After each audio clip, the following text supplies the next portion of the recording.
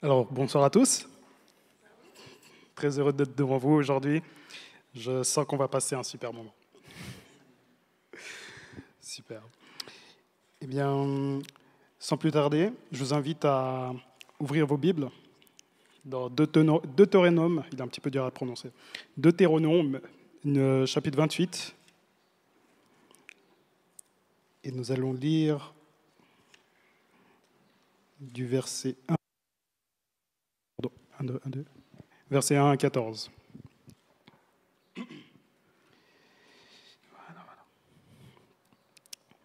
Je lis au nom de Jésus.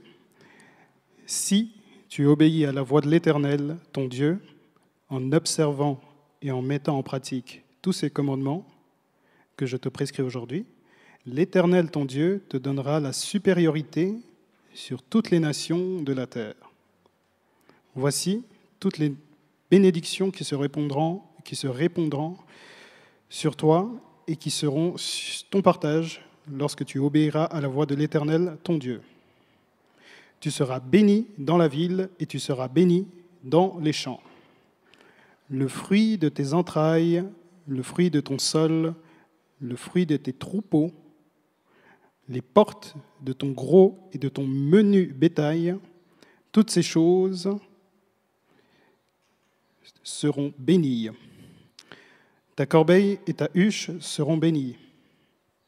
Tu seras béni à ton arrivée et tu seras béni à ton départ. L'Éternel te donnera la victoire sur tes ennemis qui s'élèveront contre toi. Ils sortiront contre toi par un seul chemin, et ils s'enfuiront devant toi par 7 chemins. L'Éternel ordonnera la bénédiction d'être avec toi dans tes greniers et dans toutes tes entreprises. Il te bénira dans le pays que l'Éternel ton Dieu te donne. Tu seras pour l'Éternel un peuple saint, comme il te l'a juré, lorsque tu observeras les commandements de l'Éternel ton Dieu et que tu marcheras dans ses voies. Tous les peuples verront que tu es appelé du nom de l'Éternel et ils te craindront. L'Éternel te comblera de bien en multipliant le fruit de tes entrailles, le fruit de tes troupeaux et le fruit de ton sol dans le pays que l'Éternel a juré à tes pères de te donner. L'Éternel t'ouvrira son bon trésor, le ciel, pour envoyer à ton pays la pluie en son temps et pour bénir tout le travail de tes mains. Tu prêteras à beaucoup de nations et tu n'emprunteras point. L'Éternel fera de toi la tête et non la queue.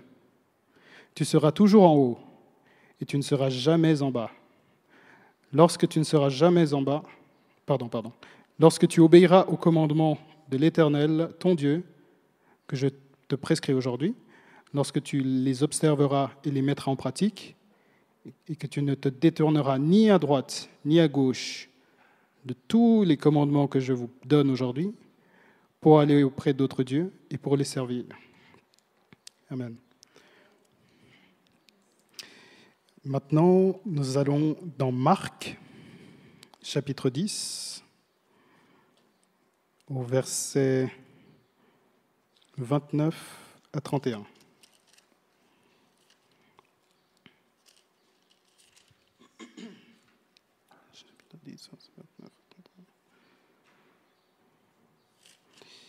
Marc 10, 29 à 31.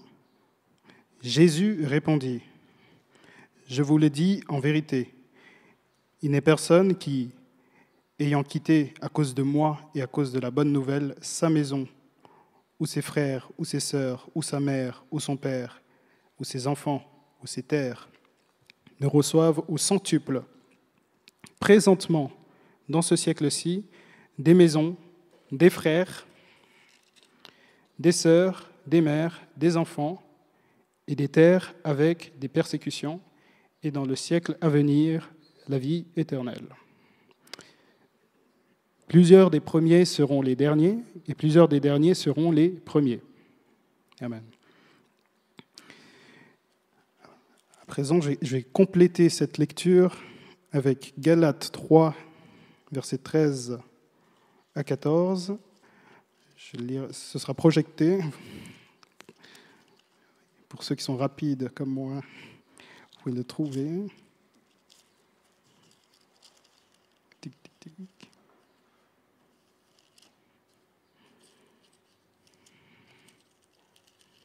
Voilà. Galates 3, 13, 14. Christ nous a rachetés de la malédiction de la loi, étant devenu malédiction pour nous. Car il est écrit « Maudit est quiconque est pendu au bois », afin que la bénédiction d'Abraham eût pour les païens son accomplissement en Jésus-Christ, et que nous reçussions par la foi l'Esprit qui avait été promis. Et je termine cette introduction avec Colossiens 1, versets 12 à 14. Colossiens 1, 12 à 14.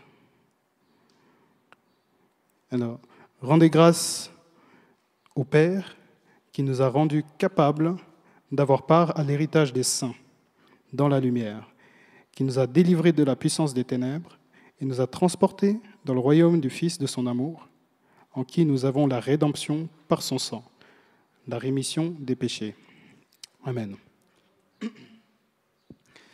Alors, longue introduction, mais essentielle, parce que voilà, le thème de ce jour, c'est le Dieu qui livre nos combats. Alors, comme nous l'avons lu dans Galates 3, Jésus s'est fait malédiction afin que nous soyons justice de Dieu, que nous reçussions justement la vie éternelle. Jésus est venu sur terre, aussi comme nous l'avons lu dans Marc 10, afin que nous soyons bénis non seulement dans la vie éternelle, mais aussi sur terre. Nous avons aussi des promesses sur terre. Mais maintenant, il faut savoir que nous ne vivons pas forcément tous ces bénédictions que nous avons lues.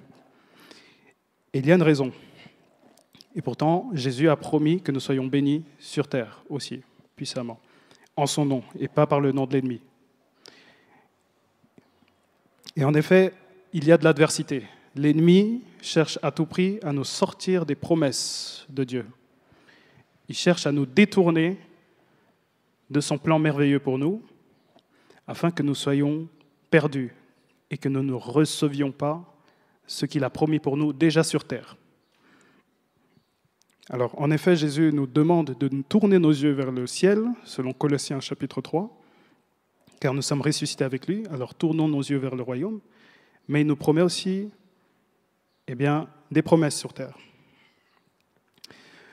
Alors, il y a eu différentes luttes dans l'histoire d'Israël. Dans l'Ancien Testament, on voit que Josué, qui a succédé à Moïse, il a été appelé à combattre de diverses manières, et l'une de ces méthodes a été la louange, pour faire tomber Jéricho. Et on peut se dire, la louange, je vais à l'armée et je vais louer. Moi, j'ai fait l'armée, je n'ai jamais été appelé à chanter pour faire tomber un mur, par exemple. Mais j'ai appris à manier un FAS 90, donc un fusil d'assaut. Josaphat, qui était aussi roi de Juda, lui aussi a un jour été au front avec des chanteurs qu'il avait mis au front pour vaincre un peuple adverse. Et dans ces deux cas, Jésus, enfin le suprême, l'Éternel, a combattu pour eux. Et pourtant, ils avaient des armes, mais ils avaient confiance dans cette arme qui s'appelle la louange. Paul et Silas, en prison, en pleine nuit, ont commencé à prier et à chanter les gloires de Dieu. Et la prison s'écroule. Les liens se détachent. Pas que pour eux, mais pour tous ceux qui sont autour. Car ils chantaient à haute voix et tout le monde pouvait entendre. Le geôlier a voulu se donner la mort lorsqu'il a vu que tous les prisonniers étaient libres. Mais Paul, d'une voix forte, lui a dit « Ne te donne pas la mort ». Et c'est alors qu'il l'a évangélisé et que cet homme a donné sa vie à Jésus-Christ, mais pas lui seulement, mais toute sa famille. La puissance de la louange est très importante. Et en effet, nous sommes croyants en Jésus-Christ, comme l'a dit tout à l'heure Anne, donc de petits chrétiens, de petits Christ. C'est parce que nous croyons à la résurrection des morts. Sans quoi, nous sommes les plus à plaindre, selon 1 Corinthiens 15, verset 19. Nous n'avons rien à espérer. Mais la résurrection nous donne cette espérance qu'après la mort, il y a une vie pour ceux qui ont cru à celui qui est ressuscité. Et pourquoi y a-t-il un combat ? Il y a un combat parce qu'il y a un enjeu. Et les enjeux, j'en ai parlé, le royaume de Dieu, la vie après la mort, mais aussi les promesses maintenant que nous sommes vivants.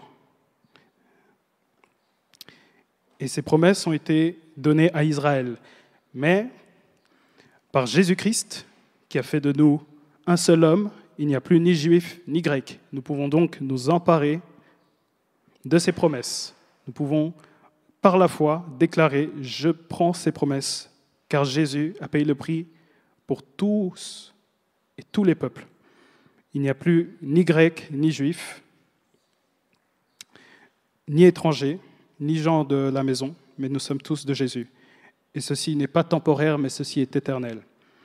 Alors, les promesses que nous avons lues tout à l'heure dans Deutéronome sont aussi pour nous, parce que Jésus nous l'a accordé.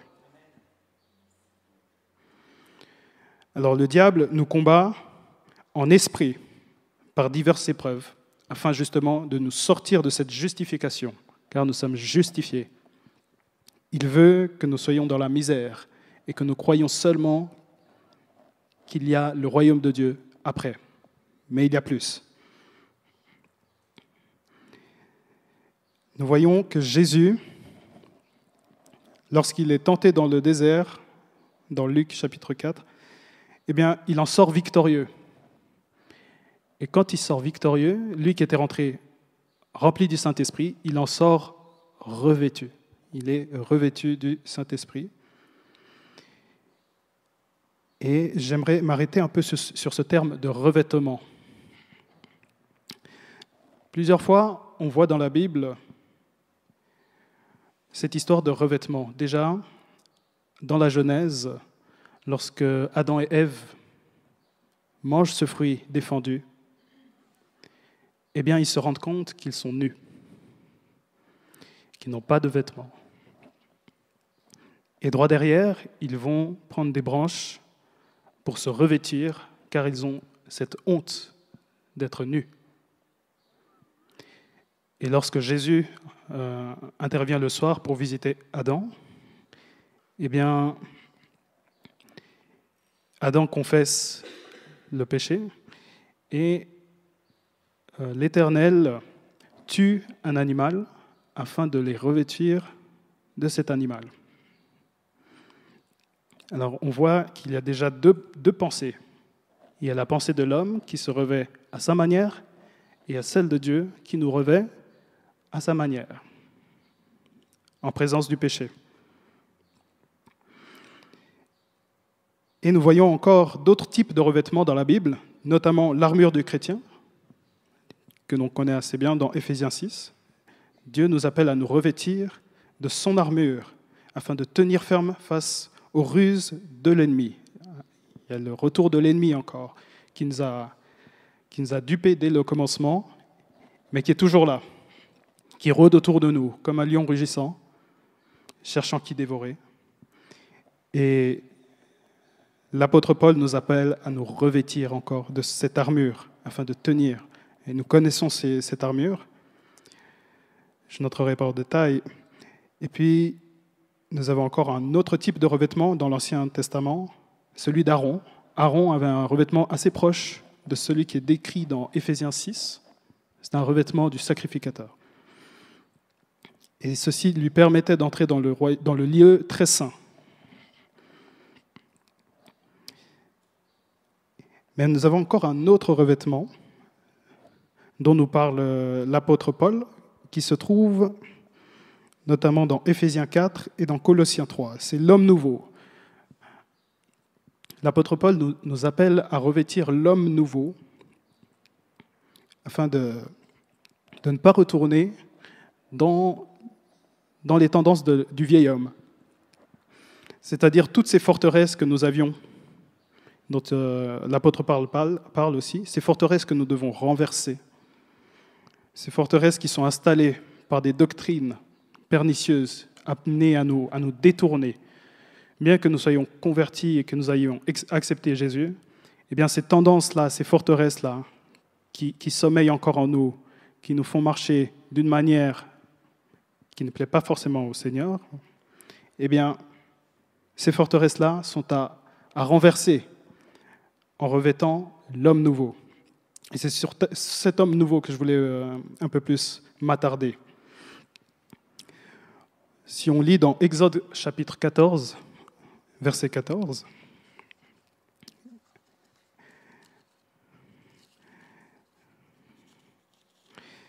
Exode 14, 14. Je ne sais pas s'il est projeté. Exode 14, 14. L'Éternel combattra pour vous, et vous, gardez le silence. Dans d'autres versions, il est dit, l'Éternel combattra pour vous, et vous n'aurez rien à faire. Et c'est assez surprenant. On a des luttes, et tout ce qu'on est amené à faire, c'est à nous revêtir. À nous revêtir d'un homme nouveau. Car c'est l'Éternel qui combat pour nous. Nous n'avons pas à lutter contre la chair et le sang, mais contre des esprits dans les lieux célestes, contre des dominations, contre des choses que nous ne voyons pas. Et les armes qui nous permettent de tenir, ce sont des revêtements. Nous voyons le Seigneur qui nous revêt dans Genèse. Nous voyons le Seigneur qui nous revêt encore dans Éphésiens chapitre 6.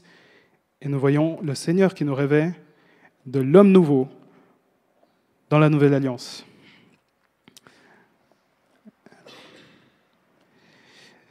Alors, nous l'avons lu, Exode 14, 14, nous n'avons rien à faire, c'est le Seigneur qui combat. Dans Ésaïe 30, verset 15, Dieu nous promet la paix. Dans Néhémie, chapitre 8, verset 10, la joie du Seigneur est ma force. Dans Proverbe 15, verset 33, l'humilité précède la gloire. Jésus est décrit comme la vérité, le Dieu fidèle. Il tient ses promesses. Et cette vérité est aussi une arme de défense. Nous espérons dans sa vérité. Nous avons foi qu'il est la vérité. Personne d'entre nous n'a vu Jésus-Christ dans sa chair, mais nous croyons qu'il est la vérité. Nous croyons en ce qu'il dit, à cause de son témoignage qui nous rend dans notre cœur. Et c'est pourquoi nous sommes ici réunis aujourd'hui. Alors si nous lisons Colossiens chapitre 3, nous avons quelques-unes des idées de ce nouveau revêtement.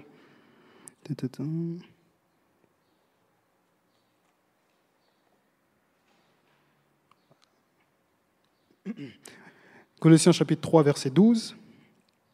Ainsi donc, comme des élus de Dieu, saints et bien-aimés, revêtez-vous d'entrailles de miséricorde, de patience, supportez-vous les uns les autres, et si l'un a sujet de se plaindre de l'autre, pardonnez-vous réciproquement. De même que Christ vous a pardonné, pardonnez-vous aussi. Mais par-dessus toutes ces choses, revêtez-vous de la charité, qui est le lien de la perfection. Alors, avant cela, l'apôtre Paul introduit cela comme l'homme nouveau. C'est ce qu'il décrit comme l'homme nouveau. Et il nous parle aussi du vieil homme auquel nous devons renoncer. Nous devons renoncer au vieil homme afin de ne pas laisser accès à l'ennemi pour nous perdre. Car le vieil homme est celui qui nous tend, justement, vers les tendances qui nous faisaient vivre en tant que fils de la colère. Ces fils qui méritaient la colère. Mais l'homme nouveau est cet homme qui, devant Dieu, est juste et qui est en droit de demander les bénédictions promises à Abraham. Nous avons le droit, en revêtant l'homme nouveau, de nous présenter devant le Seigneur et de lui demander toutes les bénédictions d'Abraham que nous avons lues au départ. Nous avons le droit de posséder la porte de nos ennemis. Nous avons le droit de posséder des richesses en bœuf. Donc, il est décrit par des bœufs, mais il est décrit aussi par des propriétés, des terres, parce que nous sommes justes devant Jésus-Christ.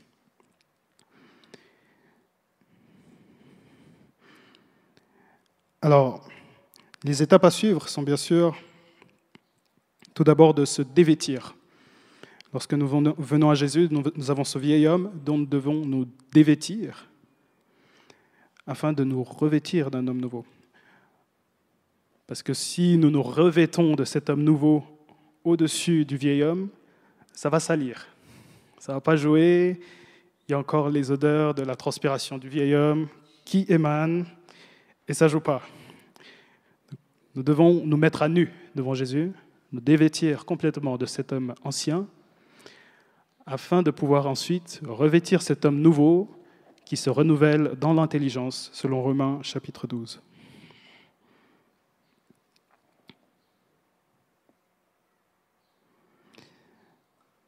Notre responsabilité, lorsque nous nous revêtons, nous avons aussi des responsabilités. Nous ne pouvons pas seulement nous revêtir, mais il y a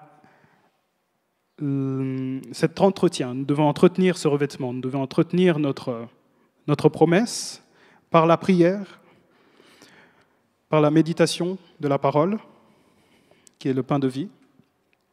Nous devons nous entretenir par la communion avec le Christ et les frères et sœurs.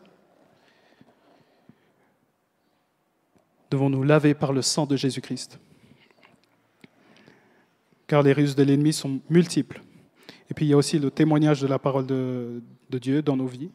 La mettre en pratique, la mise en pratique de la parole est aussi un moyen d'entretien de la vie de Jésus en nous.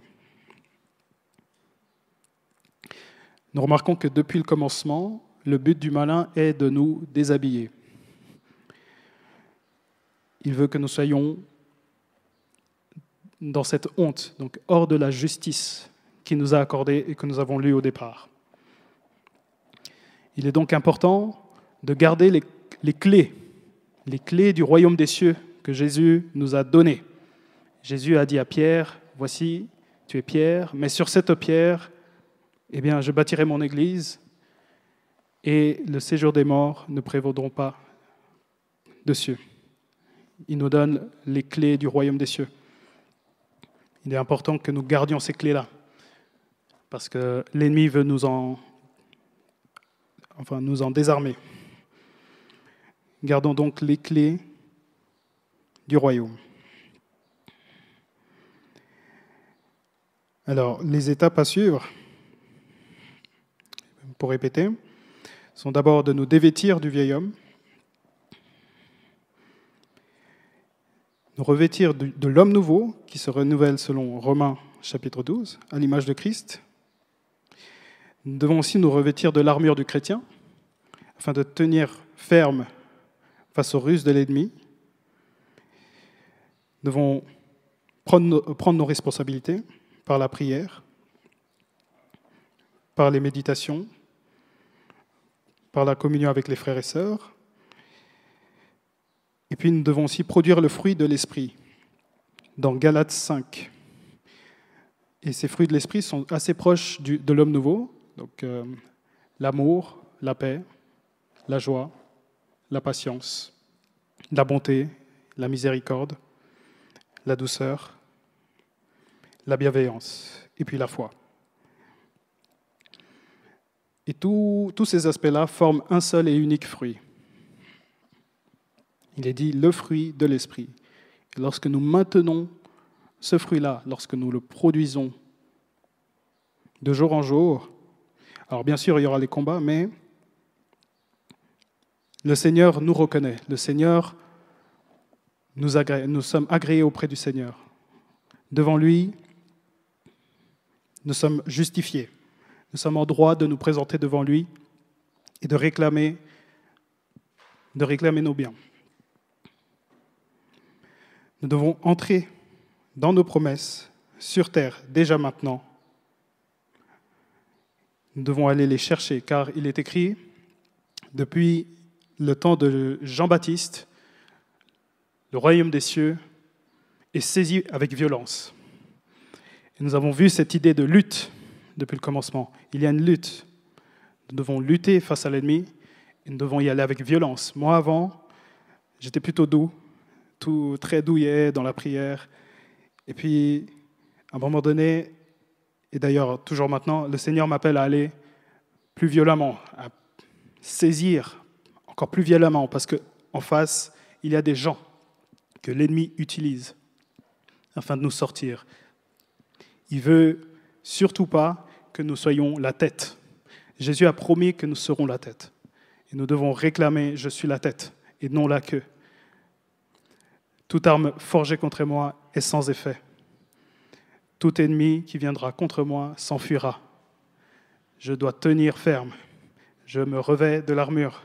Je me revêts du nouvel homme. L'homme ancien, je le jette. L'apôtre nous donne aussi les indices de l'homme ancien. Donc, renoncer à toutes ces choses, à la colère, à l'animosité, à la calomnie, aux paroles déshonnêtes qui pourraient sortir de votre bouche. Ne mentez pas les uns les autres, vous étant dépouillés du vieil homme et de ses œuvres, et ayant revêti l'homme nouveau qui se renouvelle dans la connaissance selon l'image de celui qui l'a créé. Colossiens 3, toujours. Donc, verset 8. Donc, cet homme ancien, c'est celui que le malin cherche à promouvoir dans le monde aujourd'hui. On voit que le mal devient bien. Et quand on fait du bien, c'est mal. Et ça plaît au diable. Et malheureusement, le monde dans lequel nous sommes, dit Jésus, est sous le contrôle du malin. Alors, nous devons lutter justement contre ces choses-là. Et c'est par un renoncement. Nous devons nous repentir de cet homme-là, de cet homme méchant qui n'est pas bon aux yeux de Dieu et qui ne bénéficie pas. C'est pour ça que nous avons de la peine parfois à rentrer dans certaines promesses, parce que l'ennemi a tellement saisi tout le système, eh bien, que nous avons parfois grandi dans certaines choses qui ne sont pas agréables au Seigneur. Et nous les considérons comme normales. Mais aujourd'hui, le Seigneur veut renverser ces forteresses. Et ces armes que nous avons sont puissantes, dit l'apôtre Paul dans 2 Corinthiens. Ces armes sont puissantes pour amener en captivité toute pensée qui s'élève contre la connaissance de Dieu. Nous l'avons lu, l'homme nouveau se renouvelle dans la connaissance de celui qui l'a créé. Mais l'homme ancien, lui, il est forgé dans ses idées. Ses idées sont de garder les hommes en captivité. Ses idées sont de contrôler. Ses idées sont de détruire à tout prix. Tandis que Jésus veut notre liberté. Jésus est le Dieu de liberté. L'esprit de liberté vient. Et c'est cet esprit en nous qui est combattu. Vous verrez, lorsque vous réclamez vos droits dans un monde de pécheurs, eh bien on vous considère comme bizarre. Et pourtant, vous faites ce qui est agréable au Seigneur. Vous cherchez à plaire à Dieu. Vous avez lu ça ce matin, vous allez au travail, vous cherchez à plaire à Dieu, mais il y a un combat. On dit, ah, David, t'exagères, t'es un petit peu fou, ouais, c'est vieillot ce que tu dis, là, on est en 2024, on est la génération Z, la génération Y, je ne sais pas, ça ne matche plus. On devient décalé. Et le Seigneur nous appelle à nous sanctifier justement, à nous sortir du monde, à nous sanctifier, à nous revêtir de lui. Malgré tout, nous allons devoir vivre beaucoup de temps de honte. Mais nous allons, comme l'a dit Florian tout à l'heure, eh bien, nous allons devoir, oui, témoigner que oui, Jésus a fait pour moi. Il a agi pour moi et je vais devant et je témoigne. Oui, j'ai expérimenté Jésus cette semaine. Et Gilles nous encourage très souvent à le faire. J'ai expérimenté cette semaine Jésus-Christ. Et je suis plus fort. Je peux aller encore plus vers l'avant. La semaine passée, je suis content, le Seigneur m'a permis d'aider quelqu'un qui venait de l'île Maurice. Certains l'ont vu et il est bien rentré. Mais il avait tout perdu. Il est venu rencontrer ses amis en France voisine. Et sur la route, il s'est fait dévaliser complètement. Dans le train, il s'est fait complètement voler. Ses amis devaient aller le chercher à l'aéroport. Ils ne sont jamais allés. Et il a pris l'initiative de prendre le train. Plus tard, il est tombé sur moi. Et puis, par la grâce de Dieu, j'ai pu l'aider. Et lorsque je lui ai dit que j'allais à l'église, c'est lui-même qui s'est proposé de venir. Il est venu, pour certains, vous l'avez vu, il s'appelle Amit. Et il a donné sa vie, il donne sa vie à Jésus-Christ. Et puis, je continue à prier pour lui. Le processus est en marche. Il a dû rentrer en urgence assez parce que à l'auberge de jeunesse, il s'est encore fait voler son téléphone. Et puis, son argent, tout ce qu'il avait en portefeuille. Mais heureusement, il avait son passeport, donc il a pu rentrer tranquillement. Il va bien. Merci Seigneur. Merci pour les prières aussi. Et puis, je remercie le Seigneur parce que, voilà, il a travaillé mon cœur afin que je me dispose à l'aider plus loin que ce que j'aurais fait auparavant. Auparavant, je lui aurais peut-être donné une pièce ou simplement un renseignement. Il m'a simplement demandé un renseignement. Il ne m'a pas demandé d'argent. Mais le témoignage en moi m'a dit, celui-là, il a faim, il a besoin de manger. Celui-là, il n'a pas où loger, il a dormi dans la gare 3 nuits. Eh bien, prends-le chez toi. Je l'ai pris une nuit, et puis après, on a trouvé une auberge. Mais ça n'a pas bien tourné à l'auberge. Mais voilà, le Seigneur a travaillé mon cœur. Et il veut que nous allions de progrès en progrès dans cette marche, dans cet homme nouveau. Et je sais que Jésus promet aussi des choses à ceux qui aident les pauvres. Il dit, lorsqu'il s'adresse à Judas, il dit, les pauvres, vous les aurez toujours, mais moi, vous ne m'aurez pas tout le temps. Donc, avec Jésus, on est toujours bénéficiant. Et voilà, lorsqu'une personne est, entre guillemets, pauvre, nous pouvons l'aider. Donc voilà pour l'homme nouveau. Cet homme nouveau nous conduit vers une remise en question de notre vie. Comme je l'ai dit aussi auparavant, nous avons grandi d'une certaine manière, mais nous devons renoncer à nos vieilles habitudes. Nous devons renoncer à cet homme-là qui est sous la colère de Dieu. Nous devons parfois accepter d'être rejetés par les amis, les proches, parfois d'être en opposition avec ceux qui nous ont éduqués, mais qui ne sont pas justement dans ce que Dieu dit la parole au sujet de l'homme nouveau. Et nous devons avoir la foi dans ce chemin solitaire, chemin étroit, que oui, le Seigneur, eh bien, il est avec nous. Même si on fait des choses auxquelles nous ne sommes pas habitués, eh bien, il est avec nous. Lorsque nous prenons des risques dans ces temps de détresse, il nous tient par la main. Et j'arrive à la fin.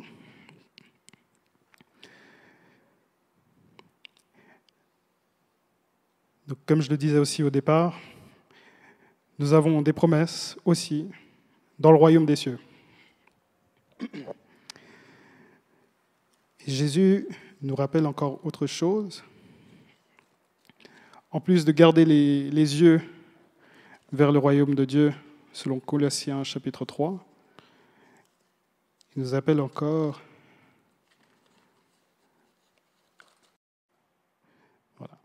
il nous appelle à amasser des trésors dans le ciel. Je lis dans Matthieu chapitre 6, versets 19 à 22. Ne vous amassez pas des trésors sur la terre, où la teigne et la rouille détruisent et où les voleurs percent et dérobent. Mais amassez-vous des trésors dans le ciel, où la teigne et la rouille ne détruisent point, et où les voleurs ne percent ni ne dérobent. Car là où est ton trésor, là aussi sera ton cœur. L'œil est la lampe du corps. Si ton œil est en mauvais état, tout ton corps sera en mauvais état. Si ton œil est dans la lumière, tout ton corps est éclairé. Amen. Donc voilà, notre œil, c'est notre perception des choses. Comment est-ce que nous percevons les choses?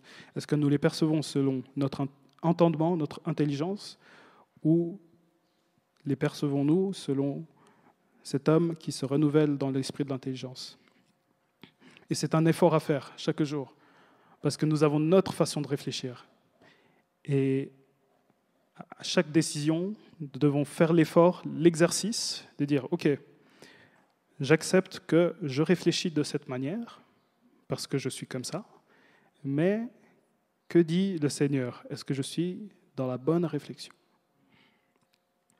Après, le Seigneur a un plan pour chacun d'entre nous, mais il est capable de nous diriger en fonction de notre personnalité dans sa parole. Pour quelqu'un, ça pourrait être différemment, mais toujours dans la parole de Dieu. Mais pour vous, ça peut être d'une certaine manière, dans sa parole, toujours. Mais il est important de se remettre en question chaque jour. Est-ce que je ne suis pas dans l'ancien homme? Est-ce que je ne suis pas là en train de me la péter ou de me montrer? Ou suis-je dans l'humilité? Est-ce que je revêt cette humilité? Est-ce que je revêt la miséricorde? Est-ce que ce que je fais apporte une bénédiction dans la maison du Seigneur? Est-ce que,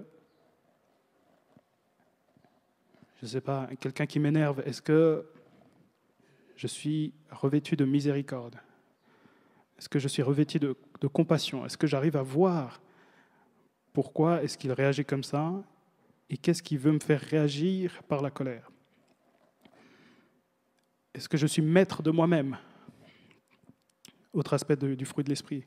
Est-ce que je suis capable de me tenir et de résister à la tentation de l'ennemi qui dit renoncer à la colère? Et la colère, c'est quelque chose de très, très, très facile pour l'ennemi. Il sait comment nous déclencher cette colère. Il sait comment nous faire monter au plus haut gong, quoi. Et puis nous faire sortir justement des promesses. C'est pourquoi Jésus nous dit, ne dormez pas sur la colère. Et il y a toute une raison. Mais j'ai envie de dire, ne passez pas vos journées dans la colère non plus. Ne restez pas dans la colère. Gardez l'humilité. Je prie que chacun d'entre nous soit revêtu de cet homme nouveau. L'humilité, la douceur, la miséricorde, la paix, et puis la joie aussi. La joie, l'amour, la charité. Et que nous allions de progrès en progrès dans les jours qui viennent, car le Seigneur est proche, il revient, et il vient très bientôt. J'en ai terminé. Je vous remercie pour votre attention. Soyez bénis. Merci David.